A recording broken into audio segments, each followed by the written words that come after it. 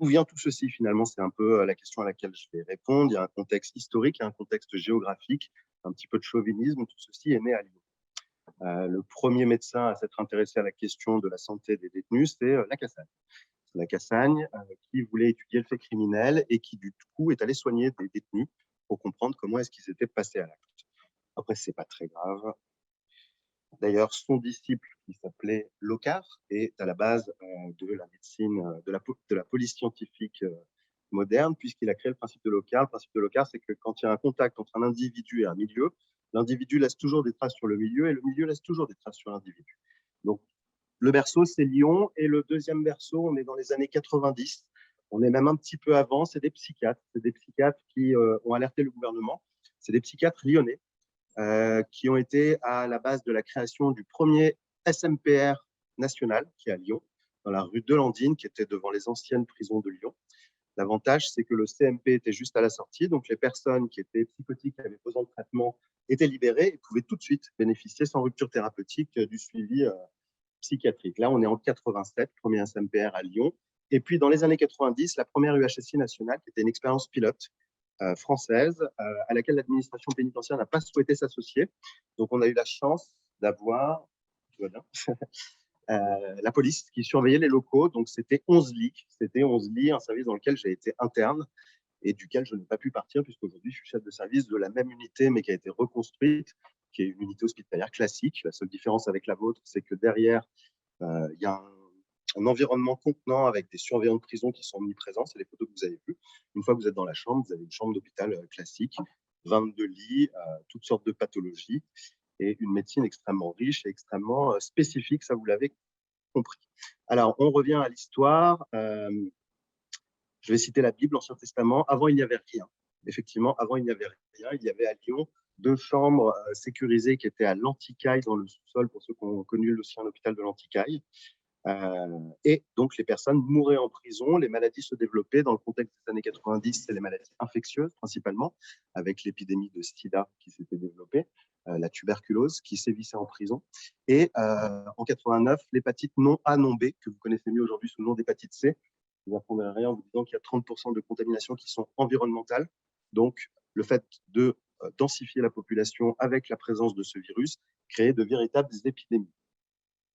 Donc, les pays d'Europe commençaient à essayer de trouver des solutions plus ou moins valides pour lutter contre ces épidémies. La peine moyenne de prison étant de 4 mois.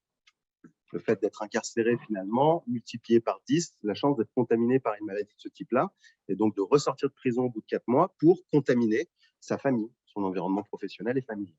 Donc, l'Italie, par exemple, a eu une idée, c'est qu'elle a décidé de créer la suspension de peine. C'est la première fois dans l'histoire du monde qu'est créée la suspension de peine.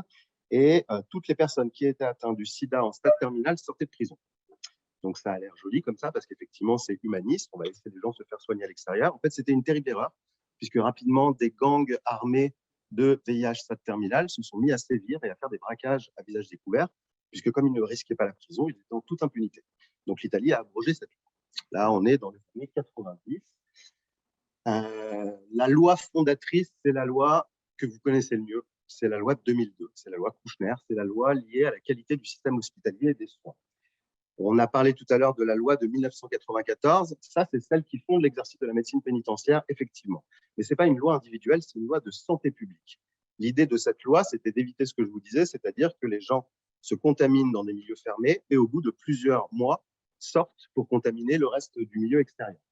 Il y a eu 2 phénomènes entre les années 70 et 2000 qui ont été en parallèle. D'une part, l'amélioration spectaculaire de la qualité des soins, ça ne vous apprend rien, consacrée par la loi 2002. D'autre part, ce qu'on appelle la révolution carcérale, c'est-à-dire petit à petit la compréhension qu'il fallait qu'il existe un droit de la personne détenue, pas de la tunique. Avant, nos détenus étaient tous habillés pareil. La peine de mort, 1981, abolition.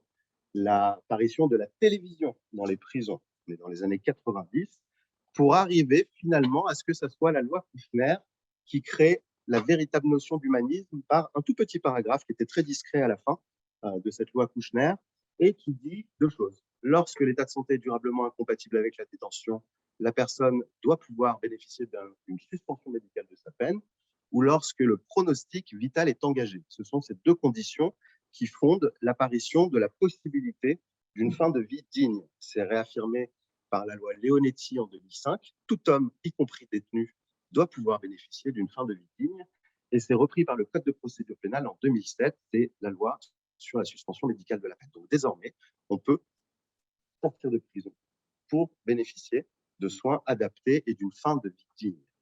Or, l'UHSI a un lit de soins palliatifs identifié. Donc, le motif « je suis en soins palliatifs, je demande ma suspension médicale de la peine » n'est pas valable puisqu'il existe des structures pour soigner et accompagner dans leurs symptômes ce type de patients. En 2015, j'ai été l'investigateur principal de la première étude nationale sur les soins palliatifs en prison. Ça a montré deux choses. La première, c'est que cette loi est sous-utilisée. C'est en 2015, là aujourd'hui, elle est un peu plus.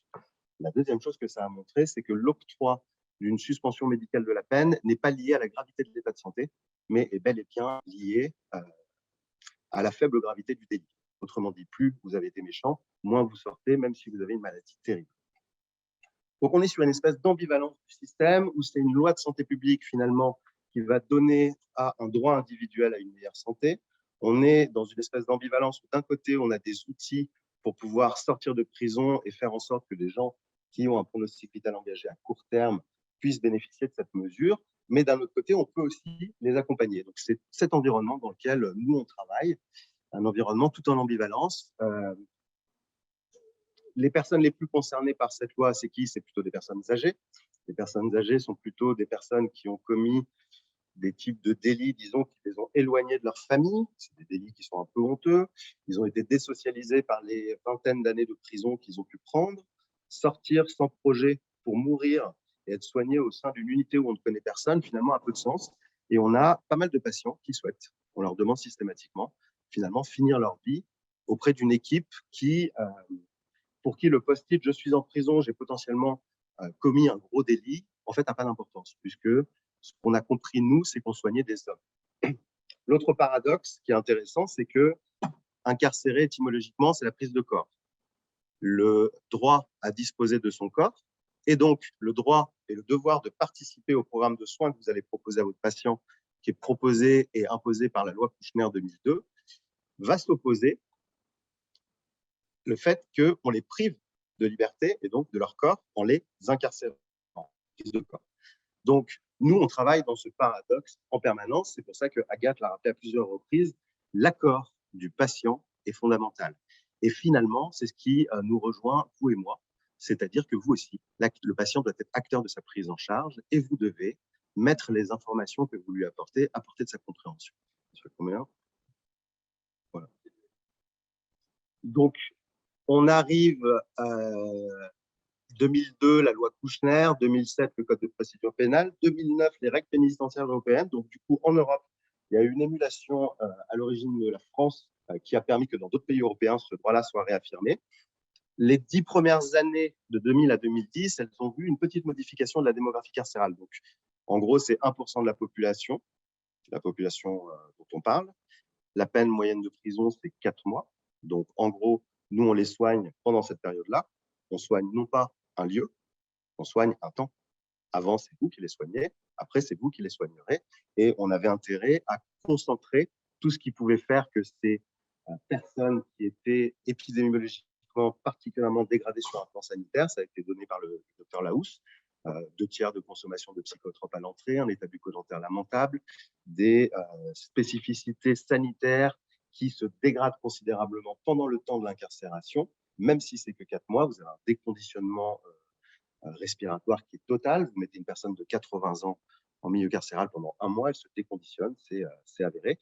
On a un outil de soins performant qui permet, par cette consultation arrivant obligatoire, de voir tout le monde et rapidement de les orienter, notamment les personnes âgées. L'idée, c'était de créer sur l'UHSI une espèce de filière courte qui permettait rapidement d'avoir une photo de l'état de santé à l'entrée et un programme de réadaptation, puisque même dans une maison d'arrêt comme Corba, vous avez un kinésithérapeute avec du matériel. Donc, on est sur cet outil-là qu'on essaye d'utiliser avec les contraintes que vous connaissez. Je reviens sur les 10 premières années de l'existence de la suspension médicale de la peine.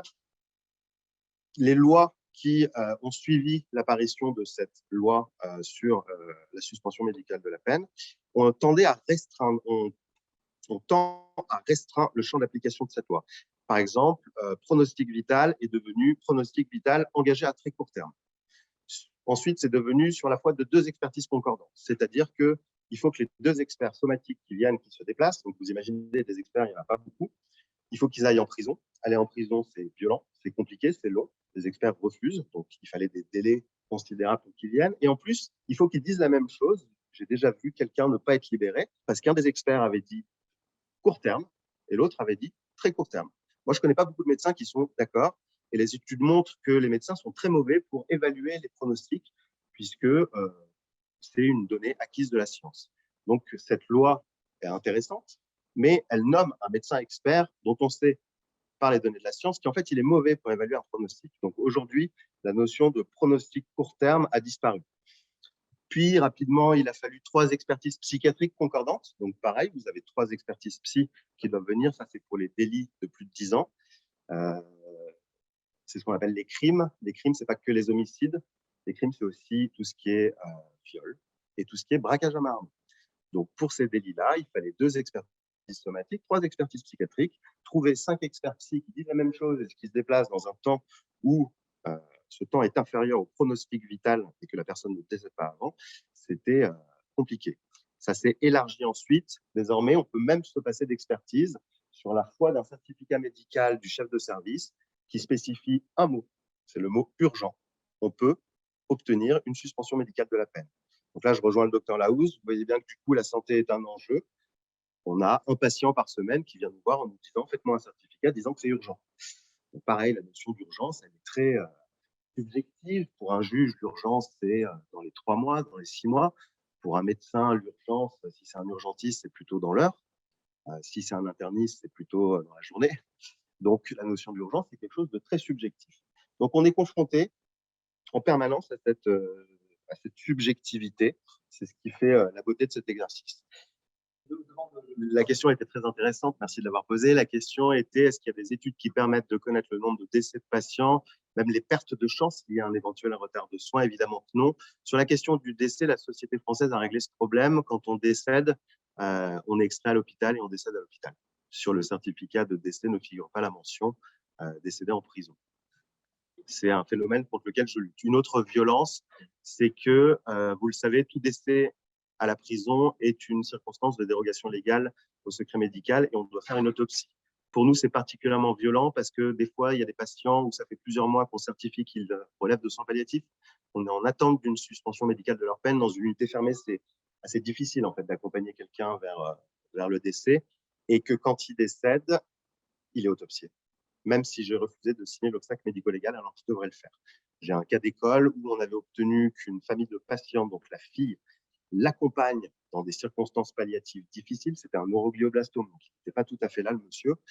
Il décède, l'obstacle médico-légal n'est pas signé, la police fait quand même l'autopsie sur injonction du procureur et la fille qui était présente est entendue en garde à vue car c'était la dernière personne à l'avoir vue vivante. Donc on est dans cette espèce de paradoxe permanent de situation qu'on ne peut même pas lister par des études. Les sociologues disent qu'on devrait fonctionner sur des bibliothèques de cas, c'est-à-dire qu'on n'a pas de généralité, on est sur des situations individuelles qui sont poussées à leur paroxysme. Et voilà, c'est ce qui fait la richesse de cet exercice. Pas mal sur le temps. Voilà.